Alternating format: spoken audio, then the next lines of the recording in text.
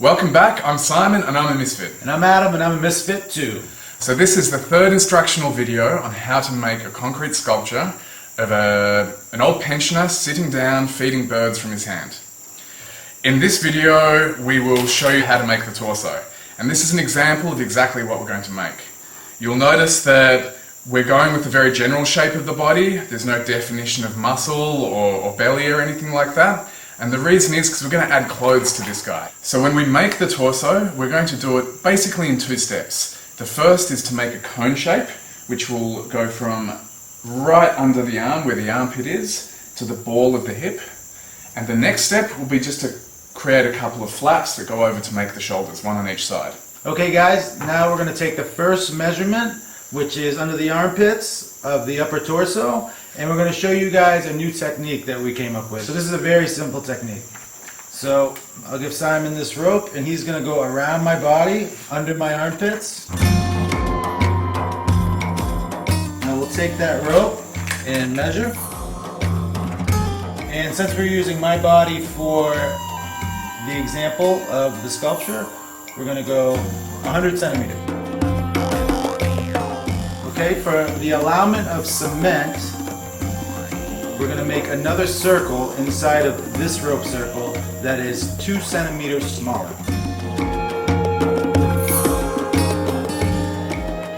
Okay, and where these two lines intersect, that's where we'll take and measure. Okay, and we have 90 centimeters. And now we're going to go through exactly the same procedure for the next two measurements. The circumference of the narrow part of the body and the circumference of the hip. 85 centimeters.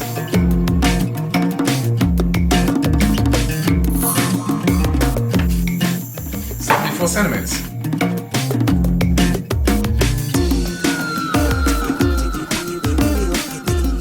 80 centimeters. The next step before we get started, the fourth measurement, is the distance from the bottom of the armpit through to the ball of the hip. 45 centimeters. So now that we have our measurements, let's put the torso together. So we've cut a piece of metal mesh which measures 90 centimeters, which is the widest part of the circumference, plus 2 extra squares which allow us to tie it together, and 45 centimeters from top to bottom. We don't need any extra from the top to bottom. And the first step is to make a cone shape. So we're going to tie it in with a 2 square overlap.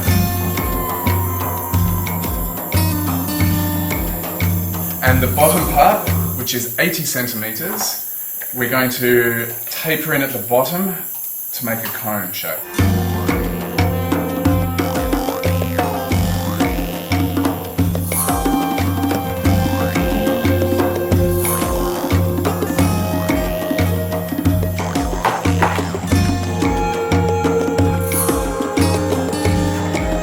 So by tying just the top first and then the bottom, we can create a nice cone shape without any buckling in the middle. And now that we have the top and the bottom tied in, we're going to tie in all of the prongs. So now we have a tapered cylinder. Now the human body is not a perfect cylinder, so we're going to give it a little bit of a squish to give it a more natural shape like the human body. So now that we have a nice natural shape for our torso, we need to put our reference points in. So we're going to find the center of the front of the body, and then we're going to do the center of the sides. Okay? And the back also. And the back as well. And we're going to do that by counting squares. Very simple. Now that we have our centers for the top of the body, we're going to do the same thing for the bottom of the torso, where the hip bones are. So for this, it's a little bit easier. We can just follow this center strip straight down. bend the prongs in just to mark the center. And the same for the sides.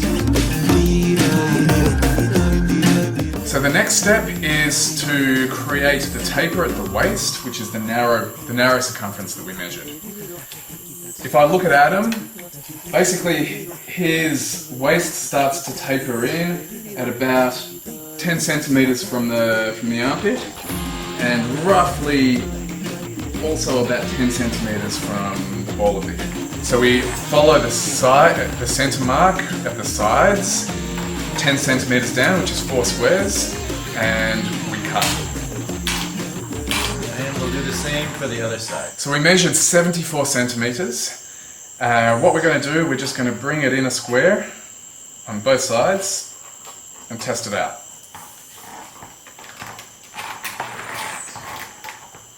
And this measures perfectly at 74 centimeters.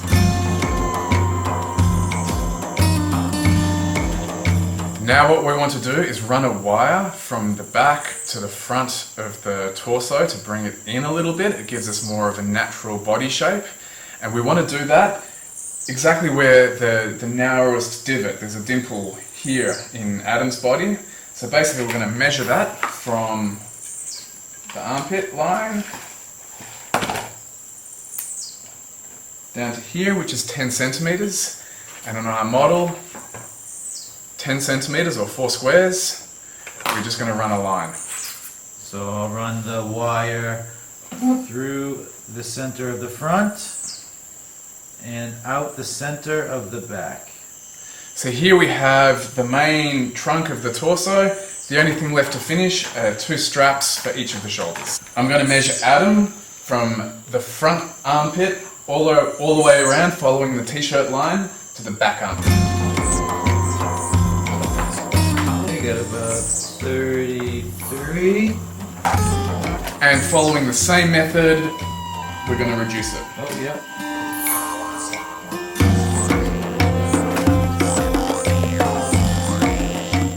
Centimeters. And finally, we want to measure from the edge of the shoulder to where the neck starts, and that's 13 centimeters. Now that we know the distance around here and up here, we can cut a strip to size. I've cut a piece to size.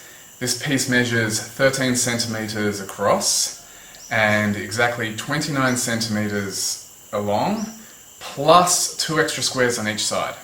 Now the way we attach this is our reference line to begin with. And we know we have 2 squares extra on each side. So I'm going to take 2 squares overlap where the armpit comes in, and on the opposite side, 2 squares over again. So we've attached just at the front armpit and the back of the armpit, and you'll notice that anybody's shoulder, it will slant upwards. So we can create an incline in the shoulder to have a natural feeling of the shoulder, and attach at the front and back again. And we repeat this exact same procedure for the other shoulder. And this will be your finished product. Ta-da!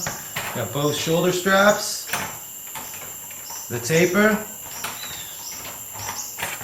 the indent, the wire in the middle, and it's starting to take really good shape. In the next class, we're going to show you how to make arms and legs. So until then, see you next time.